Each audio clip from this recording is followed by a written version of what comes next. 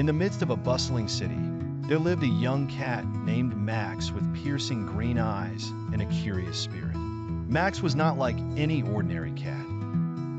He could see colors in the sounds that swept through the air, shapes in the aromas carried on the winds, and stories in the footprints left behind by the city's countless citizens.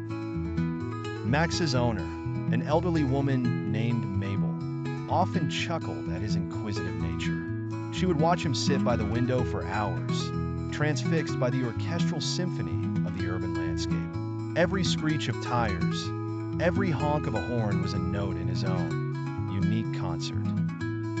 Across the road was the vibrant market square, a kaleidoscope of smells and sounds that Max loved exploring. On weekends, Mabel would wander through the stalls with Max trailing at her heels, eyeing the simmering street food and fluttering stalls with excitement. One chilly autumn morning, as Mabel and Max walked through the market, the curious feline found himself drawn to an unassuming stall tucked into a corner. A bracing scent hit Max's nose, something sweet yet unfamiliar. Straying from Mabel's side, he trotted toward it. There, an old artist sat crafting tiny glass figurines.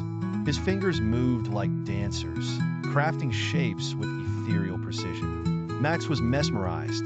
He watched wide-eyed as the man's hands conjured a menagerie of creatures from mere fire and sand. Each tap of the artist's tool sent ripples of color through the air that only Max could perceive. As the artist worked, shaping a delicate glass cat, it began to tell a story of where he had been and where he would go. The artist paused, glancing at Max with a knowing smile. "You see them, don't you, little one?" he whispered, his voice like the creak of old leather. Max blinked, enchanted by the mysteries only he seemed to witness, wrapped in a world that sang, danced, and whispered its secrets to him alone. Returning to Mabel, who was busy bartering with a baker, Max nudged against her, purring deeply.